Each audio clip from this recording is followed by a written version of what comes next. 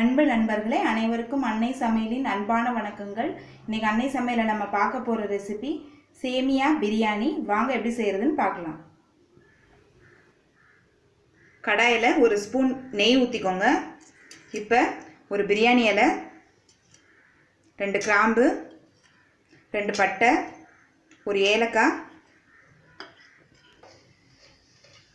எல்லாத்தையும் லேசாக வதக்கிக்கோங்க.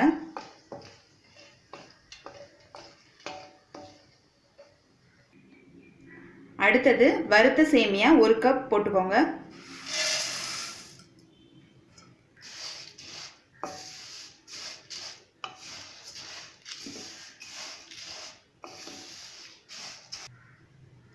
ஒரு கப் சேமியாவுக்கு 2 கப் தண்ணி சேர்த்துக்கோங்க.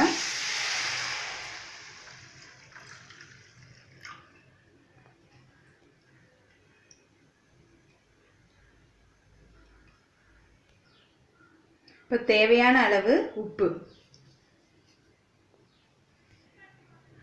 மூடி போட்டுருங்க. தண்ணி சுண்டுற வரைக்கும் வெயிட் பண்ணலாம். இப்போ தண்ணி நல்லா சுண்டிடுச்சு.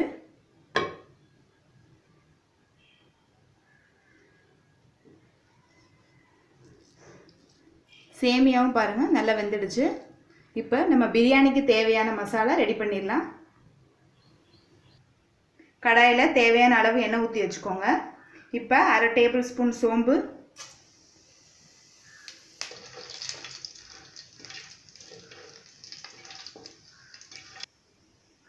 கொஞ்சம் புதினா,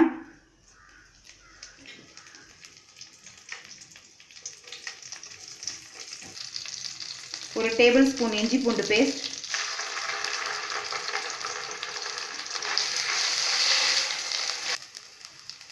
இப்போ 2 வெங்காயம்,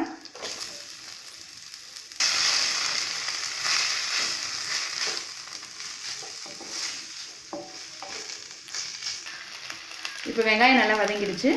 அடுத்து 2 தக்காளி,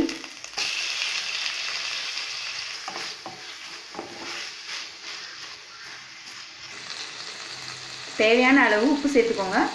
நம்ம சேமியாலே ஏற்கனவே பாதி உப்பு சேர்த்துட்டோம், அதனால் இதுக்கு மட்டும் தேவையான உப்பு சேர்த்துக்கோங்க. இப்போ ஒரு கேரட்டு, 2 பீன்ஸ், கொஞ்சம் குடமிளகாய், கொஞ்சம் பட்டாணி.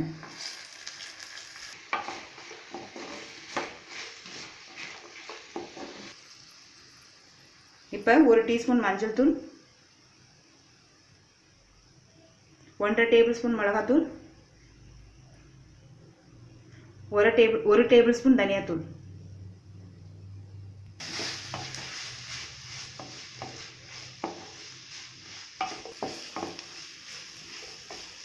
எல்லா தூளையும் சேர்த்து 1 நிமிஷம் வரைக்கும் நல்லா வதக்கிக்கோங்க. 1/4 கப் தண்ணி சேர்த்துக்கோங்க. மூடி போட்டுருங்க. காய்கறி வேகிற வரைக்கும் வெயிட் பண்ணலாம். இப்போ தண்ணி நல்லா சுண்டிடுச்சு. அடுத்து முட்டையை சேர்த்துக்கலாம்.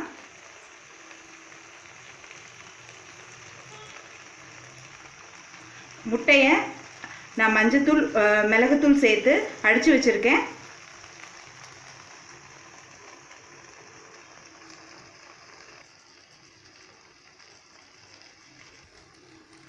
முட்டையை கிளறாமல் ஒரு 2 நிமிஷம் அப்படியே வச்சுருங்க. இப்போ முட்டை வெந்துருச்சு, நம்ம கிளறிக்கலாம்.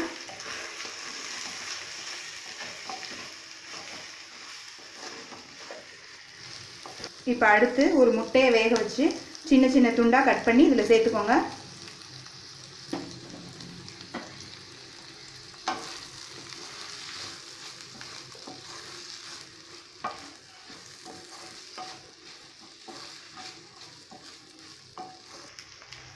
இப்போ அடுத்து வேக வச்ச சேமியாவை இதில் சேர்த்துக்கலாம்.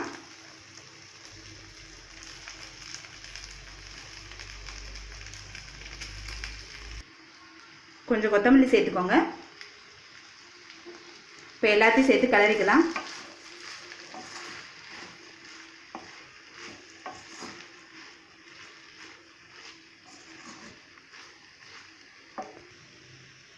சேமியாவில் எல்லா மசாலாவும் வர மாதிரி நல்லா கிளறிக்கோங்க. இப்போ தேவையான அளவு நெய் ஊற்றிக்கோங்க.